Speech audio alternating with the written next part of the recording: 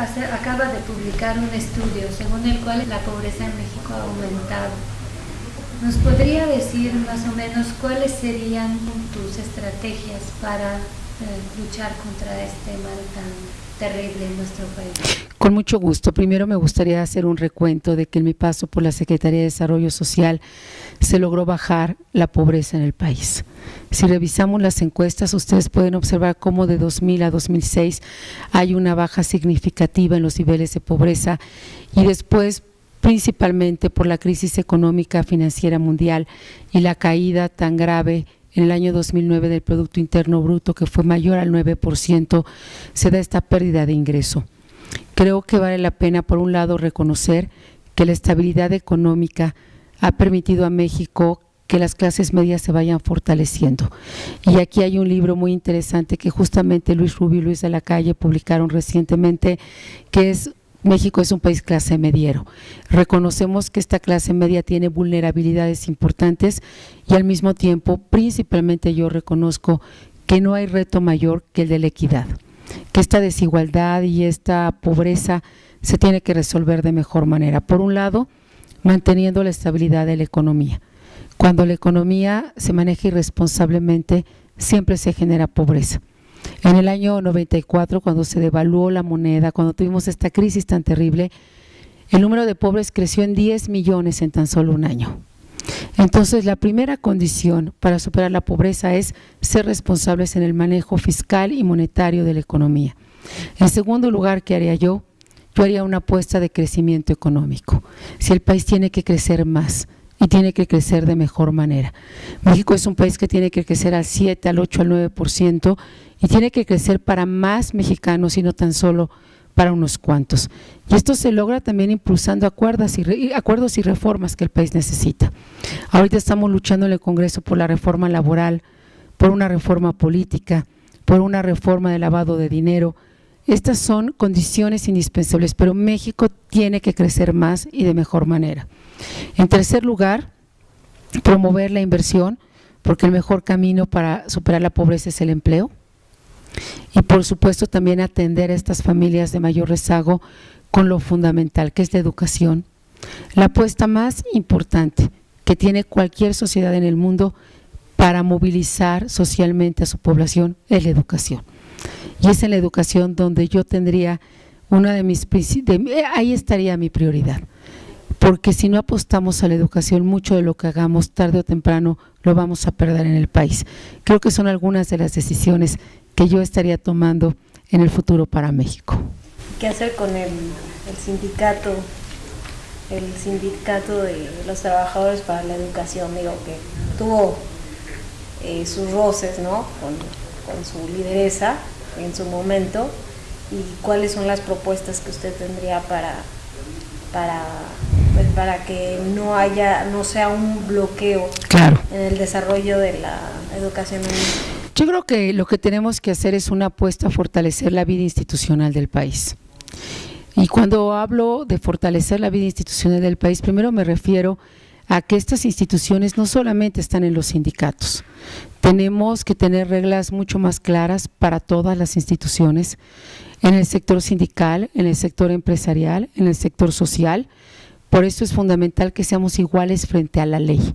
No podemos tener un pedazo de México que no esté sujeto a las leyes de transparencia y de rendición de cuentas. No podemos tener pedazos del país ajenos a lo que el resto del país sí está haciendo. Y a México le urge fortalecer sus instituciones. Y realmente mi gran desafío en Cedesol y en la SEP fue cómo fortalecía yo la vida institucional. Haber logrado la alianza por la calidad de la educación, haber logrado bajar la pobreza como nunca antes se había hecho, se logró porque hubo una apuesta no a las personas, sino a la vida institucional. Y ese es mi gran reto. En México no podemos seguir construyendo un país basado en relaciones personales o en coyunturas personales.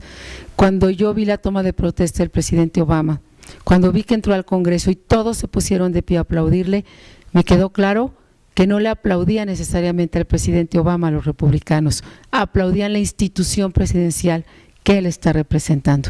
Y esto es lo que tenemos que cambiar profundamente en México.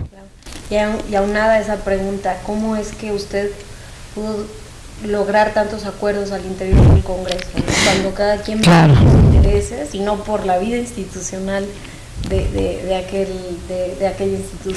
Lo que me parece fundamental, uno va aprendiendo en la política, primero es el valor de la palabra. Uno tiene que honrar su palabra para tener credibilidad frente a sus interlocutores. Uno tiene también que hacer una apuesta de confianza. Uno no puede construir acuerdos si parte del principio de la desconfianza. Y no siempre funciona, pero a mí me ha funcionado la gran mayoría de las veces, creer en mi interlocutor. Y por otro lado, el convencer a nuestros interlocutores, aun siendo de partidos distintos, que por encima de un interés de grupo está el interés de México. Así he podido construir muchos acuerdos, no solamente en el Congreso, sino a lo largo de mi vida política, y por eso creo que a México hoy le urgen los acuerdos y que deben ser prioridad en la vida de la política. ¿Y qué ha pasado con estas reformas pendientes que las iban a sacar en el extraordinario, pero como la de la ley de asociaciones público-privadas, la Claro. reforma laboral, los consejeros del IFE? Estamos trabajando fuertemente en ello. En primer lugar, creo que también hoy la comunidad, pero la mayoría de los mexicanos tienen claro qué fuerzas políticas estamos del lado de la modernidad. Mi bancada firmó incluso en un hecho inédito la iniciativa laboral del PRI, como diciendo, bueno, pues para que el PRI se anime a aprobarse su propia iniciativa, ¿verdad? Teníamos la palabra de que el PRI iba a aprobar esta reforma el 30 de abril, no lo hizo así, y por eso estamos trabajando incansablemente para que las comisiones entreguen un dictamen, y lo mismo estamos haciendo en lavado de dinero. Tenemos que tocar las ganancias del crimen organizado, por eso secuestra el crimen organizado para tener dinero ilícito, por eso extorsiona, por eso violenta y por eso tenemos impunidad y tanta corrupción. La ley de lavado de dinero es fundamental, la de robo de combustible y la reforma política, que mi bancada igual ha avalado totalmente en la reelección, en las candidaturas independientes, en las iniciativas ciudadanas, y creemos que es el momento de reconocerle al ciudadano un poder que hasta ahorita otras fuerzas políticas pues le están escatimando. En el PAN no, en el PAN estamos del lado de los ciudadanos. ¿Cuál sería tu principal virtud para competir primero con Ernesto Cordero y luego con Enrique Peña Nieto? Bueno, pues creo que es una característica de muchas mujeres en México, si no es de que la gran mayoría, trabajar incansablemente. En ese terreno casi nadie nos compite. Cuando decidimos hacer algo, cuando nos proponemos hacer algo, las mujeres, la verdad es que somos incansables, somos apasionadas, nos entregamos en cuerpo y alma, vamos convenciendo a todo aquel o aquella que nos encontramos, y eso sería parte de mi apuesta, trabajar incansablemente y hacerlo también con un espíritu de inclusión y también con aliento y esperanza. Es decir, creo que ha llegado el momento en México de mirarnos como un país donde todos somos indispensables y todos tenemos una tarea importante que hacer. Y cuando alguien en el país no está en esa tarea, México sigue incompleto.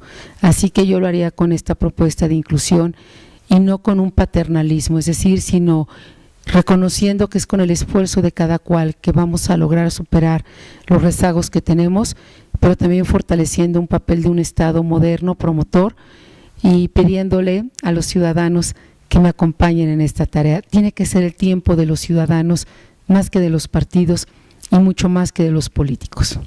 ¿Cuál sería tu mensaje a la comunidad judía de México? Primero quiero agradecer a la comunidad. Para mí la comunidad ha sido siempre una comunidad cercana, cálida y absolutamente generosa. Me han hecho sentirme cerca de la comunidad y en muchos ratos de mi vida me han hecho sentirme parte de esta comunidad extraordinaria.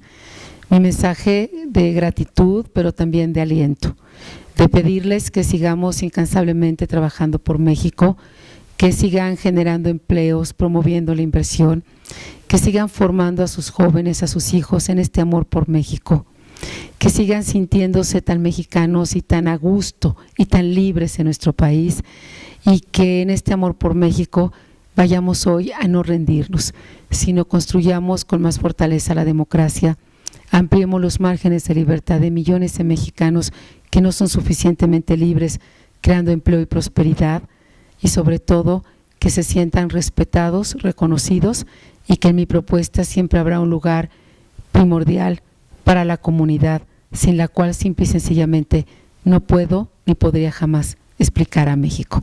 Ese sería mi mensaje a la comunidad. Muchas gracias. No, muchas gracias.